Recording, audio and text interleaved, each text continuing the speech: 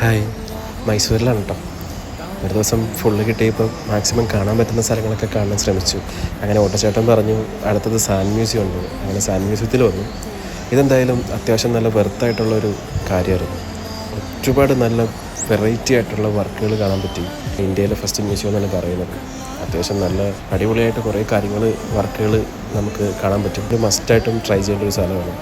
ചെറിയ എമൗണ്ടുകളൊക്കെ ഉള്ളൂ, പറ്റുന്നവരൊക്കെ വിസിറ്റ് ചെയ്യാം. നെക്സ്റ്റ് പോയത് മൈസൂർ പാലസിലോട്ടാണ്.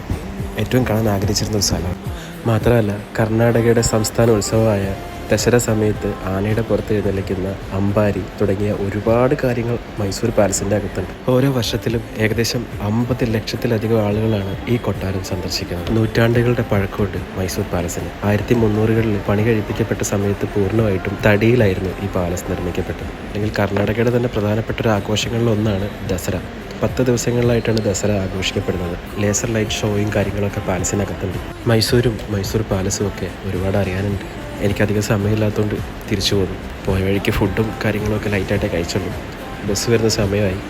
അപ്പോൾ ഈ വീഡിയോ ഇഷ്ടപ്പെടുവാണെങ്കിൽ ഒന്ന് ലൈക്ക് ചെയ്യുക, പറ്റുവാണെങ്കിൽ ഒന്ന് സബ്സ്ക്രൈബ് ചെയ്യുക. Thank you.